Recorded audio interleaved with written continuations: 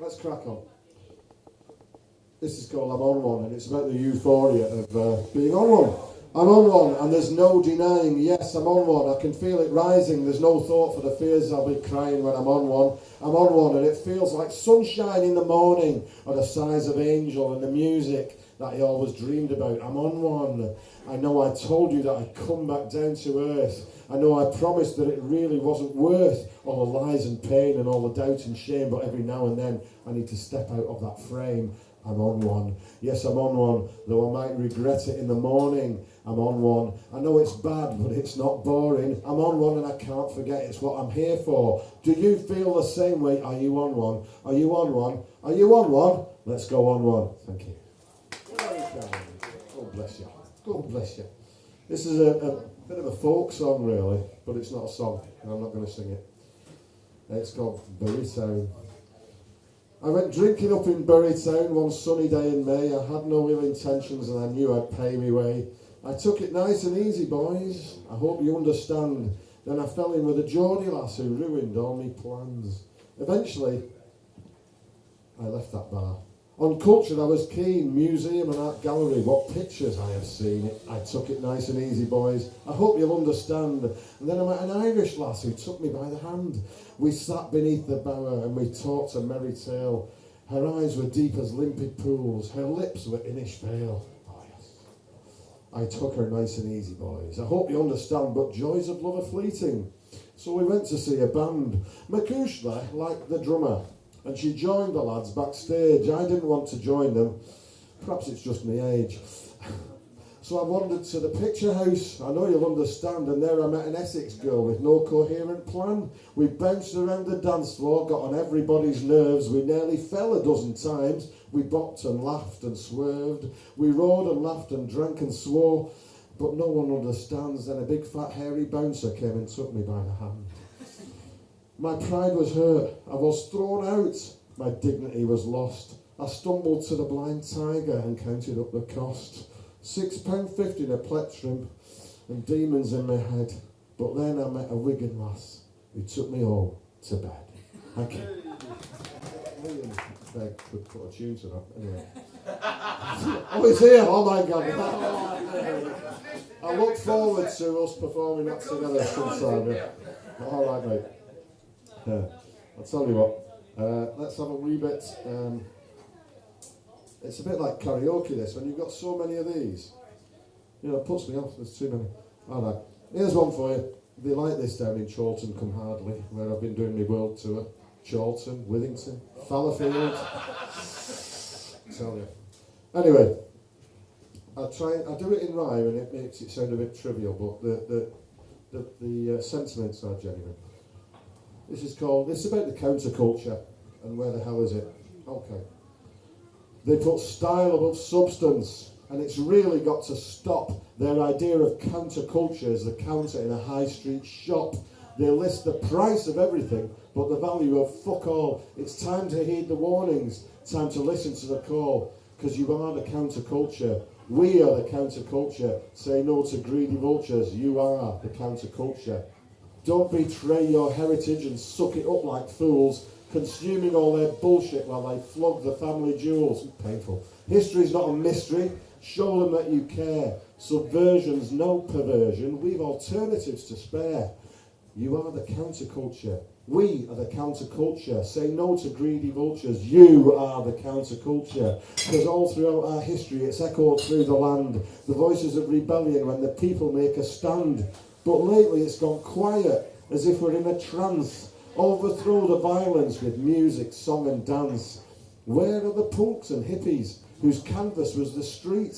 Those crusties, goths and yippies who voted with their feet? Don't sleepwalk to disaster, resolve to rage and rave. Do something with your anger. There's a world out there to save.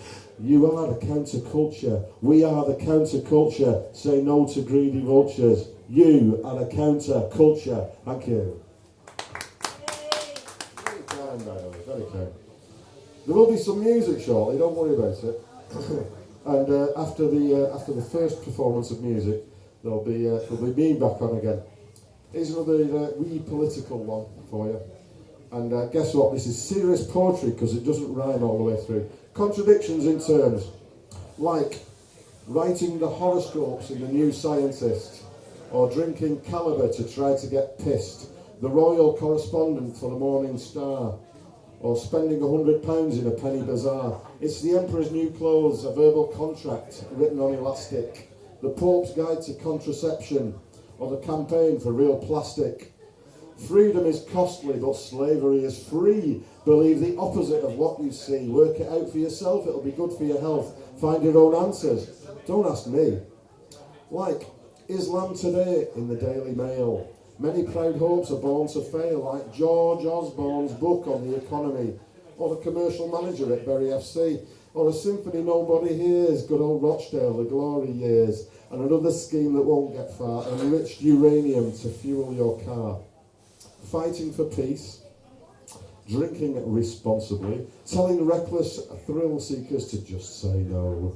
Or that West End musical starring Marcel Marceau, slaves voting for their masters, turkeys queuing up for disaster, thanking God you're an atheist, or that world-famous radio ventriloquist. Political incorrectness gone mad, and if you think that's not too bad, health and safety, human rights have been painted evil overnight. Virtues are now vices and vice versa. People who do gooders are even worser. Care in the community, diplomatic immunity, alternative medicine, TV evangelist, a teetotaler helping you to get pissed, a bald man's comb, MP's second homes, a collection for the wealthy, the lion's so-called share, the peace-loving principles of Bush and Blair. Freedom is costly, but slavery is free. Believe the opposite of what you see. Work it out for yourself, it'll be good for your health. Find your own answers. Don't ask me.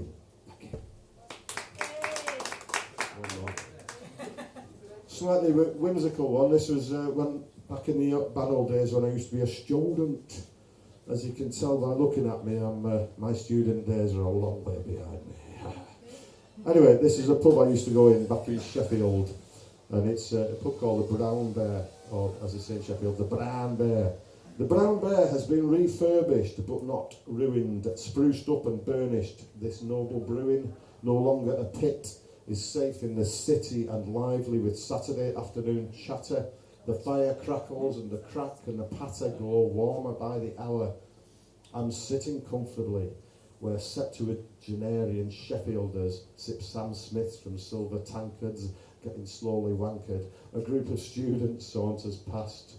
Eerie ghosts of me and my friends 30 years ago. But the haunting does not last. And the night has only just begun. One more pint and like the pub I'm restored, not nearly pissed. Once more the optimist I was at 21. Thank you very much.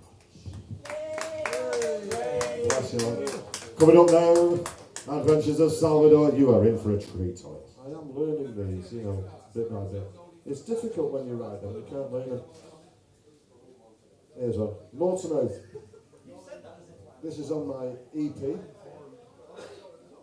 You're not a bad guy, but you're obviously high. Your face is going red and there's a look in your eye that I've seen before when you start slamming doors. And you're talking too fast. See, I think I know the score. You made a valid point 60 seconds ago. We could have a conversation if you talk more slow. 200 words a minute. I think I've reached my limit. There's a whirlpool in your brain and I think I'm falling in it. You hardly pause for breath when you're going on and on. I think I'm going deaf and my patience has gone. Getting off your face. Is that the way you cope? Getting out of this place is my only hope. So for now I'll say goodbye. We'll find another date. I'll try again tomorrow when your head's a bit straighter.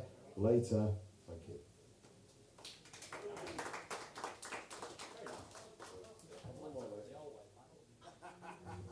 Yeah, right.